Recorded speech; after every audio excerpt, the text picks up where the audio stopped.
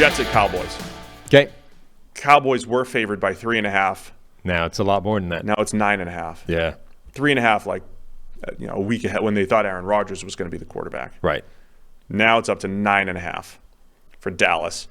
Our guy Brad Spielberger tweeted out the Cowboys schedule. I think they have the Cardinals in week 3. And he was like, man, they might not give up a touchdown until week 4. Because they have the Jets this week and the Cardinals next week. So what are the Jets going to do? What can they do here? Nothing. I mean, their defense can. Their offense is boned. I really think the Jets can run the ball, try to run the ball, get the ball into Breece Hall's hands. I mean, Breece Hall's getting to this point. My young Dalvin Cook a few years ago, where you trust Dalvin to maybe break one at any given time. Breece Hall breaks off these big gains. He had the 83-yarder the other day. That might be their best bet, is to just play super conservative. It's their only bet. And then you have to, if you have Zach Wilson, he has to drop back 30 times. 10 of those are screens. 8 of them are rollouts. Now you got 12 passes left. And the rest are, you just need Wilson to make 3 or 4 decisions. Only give him 3 or 4 decisions to make in a game. It's really difficult to do. But remember the game where the Rams were, in 2019, the Rams ran only screens and boots against the Niners. Screens and boot action. Can you get away with that? Can you be so afraid of the Cowboys defense and Zach Wilson's decision-making that you take all of the decisions out of his hands and just do that to slow down the pass rush and hand it to Breece Hall? Remember when Rex Ryan had a traffic light system for Mark Sanchez? Did he? Yeah. It was green means pass or whatever. He literally broke down whatever the play calling thing was to traffic light system, just color coded. Maybe Zach Wilson needs that.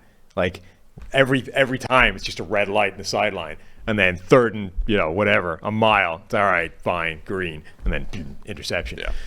I honestly, Wilson's not as bad as he was last year. I don't think he'll be a little better this year. I don't know. I mean, that interception was ridiculous. He looks pretty bad. That was bad. And then I saw the stats after the interception. That was when they said, okay, they're going to do the strategy I just said, which was all screens, all the simplest stuff you can get that has nothing to do with the QB. Yeah, he made two or three good. They need to they need to draw up an offense that doesn't involve the quarterback.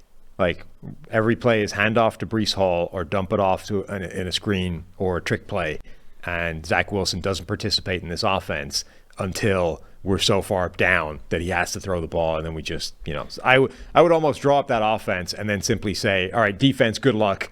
If you can make miracles happen, fair play to you, but otherwise we're just going to minimize the damage. I mean, you still want to throw him up to Garrett Wilson. What a ridiculous catch that was. You still want to lean into the playmakers. On a bullet that was thrown to the corner. I think we're going to Zach Wilson picks out the cornerback and throws him a beautiful pass, and Garrett Wilson goes, no, breaks it up and then catches it himself. I think we're going to overstate the Zach Wilson thing. I think he's going to be better. I think he's better this year. But based on what evidence? We're not going to see it because I think the offensive line still has issues, and Buffalo got pressure, and the Cowboys are going to get a lot of pressure, and then next week it's New England, and they're going to get pressure, and Zach Wilson, the ghost that Sam Darnold saw, he sees the same ones against the Patriots. Yep. That's going to be the problem here. I think Zach Wilson looks a little more confident. He's making a few more throws than he did last year. The bad ones are still there, making a few more throws, but the pocket presence is not good. And he's going up against fierce pass rushes, and that's where I think it's going to be an issue. And the line looked like a weakness. Yes. I mean, obviously, the Aaron Rodgers thing is what it is, but it was already a weakness and a concern going into the season. You're like, is that line going to be bad enough to undermine everything else? Now, everything else is not good either because your quarterback just went down. So that, going up against the Dallas line that we just saw eviscerate the Giants, the only way this game can go in the direction of the Jets is if the Jets defense makes miracles happen and creates some turnovers. They were as advertised the other night, as much as we want to blame. Look, Josh Allen made some really bad decisions for whatever reason that you say the Jets forced him into those or Allen did it. The Jets play really good defense. We know that. We get to see a little Sauce Gardner and CeeDee Lamb matchups whenever those go. Mm-hmm. We don't know much about Dallas's offense yet. They didn't have to do anything last week. They're going with the undersized running backs. It'll be interesting to see how they deploy all their pass catchers and their weapons. So yeah, I think it's actually a fun game, but it's one of those where the Cowboys should roll because they're better on offense, comparable defenses, unless Zach Wilson just pulls something out here. Yeah. Or if it's Breece Hall, man. Like the other part, Breece Hall looks like a guy that could have a 50-yarder per game. Like that type of thing could happen. Sure. And I might just see the opposite of what Steve likes to do. See how many times I can run it. Yeah. I mean, like go. honestly, the Ireland played a soccer game recently against France, who were the best team in the world, arguably. And it was like the analysis going into that game was how bad a defeat would you take now if I offered it to you? Like 2-0. Would you take that right now rather than actually play this game and get potentially waxed by 6? If you're the Jets, I would simply construct a quarterbackless offense and say, if we can keep this within 10 points. Add some good. Perspective, man. They just beat the Bills with the guy you're talking about, Zach Wilson, coming off the bench. Right, because Josh Allen went like mad and threw them the ball. Well, Dak led the league in interceptions last year, as we know. Like this was if it later emerged that Josh Allen was at the center of like a gambling ring of fixing games, that would make sense. That game would make sense, right? That's how bad that was. So I'm sure he isn't legal listening. I'm sure that's not the man, but that makes more sense. You're getting than what us into actually more happened. legal trouble. I got the Buffers and Ray Lewis. Just add Josh Allen to the mix. Yeah, now. why not? We're already in a hole. You have to sign another apology form with your lawyer. Well, look, we're who gets sued? Is it us or PFF?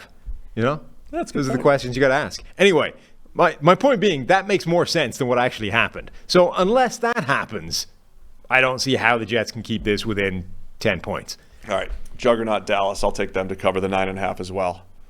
I'll be interested to watch. I mentioned I'm intrigued by Zach Wilson. I guess I'm intrigued by how teams scheme it up around deficiencies. It's car crash TV every week. I kind of like watching that. Not like for every quarterback, but for younger quarterbacks. I like seeing how can you get that magician offensive coordinator like I'm just Nathaniel Hackett to make it happen. The Jets are maintaining that Zach Wilson is their starting quarterback for the rest of the season. Games like this are why that will not happen. Like he will not make it to October as the starter because he's going to be destroyed. I think the order of the games are challenging. Yes. Cowboys, Patriots, Chiefs are all coming up. That's rough for the Jets. That would have been awesome TV if Aaron Rodgers was the quarterback, correct. though, too. Which is very sad. And we're going to see a lot of it because it's all in prime time because of Aaron Rodgers. It's very sad. Feel for Jets fans and for Aaron Rodgers.